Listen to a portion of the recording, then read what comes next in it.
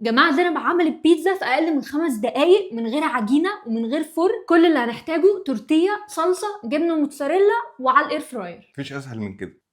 جبنا العيش التورتيه، نحط اول واحد كده ونحط عليه شويه زيت زيتون ونفردهم كويس، والجبنه الموتزاريلا ونحط شويه.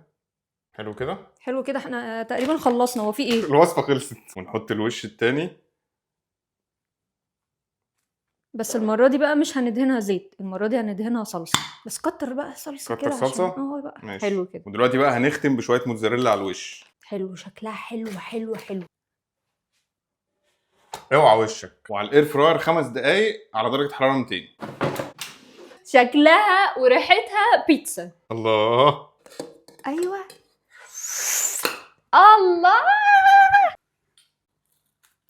يلا بينا. اللحظه الحاسمه. بسم الله.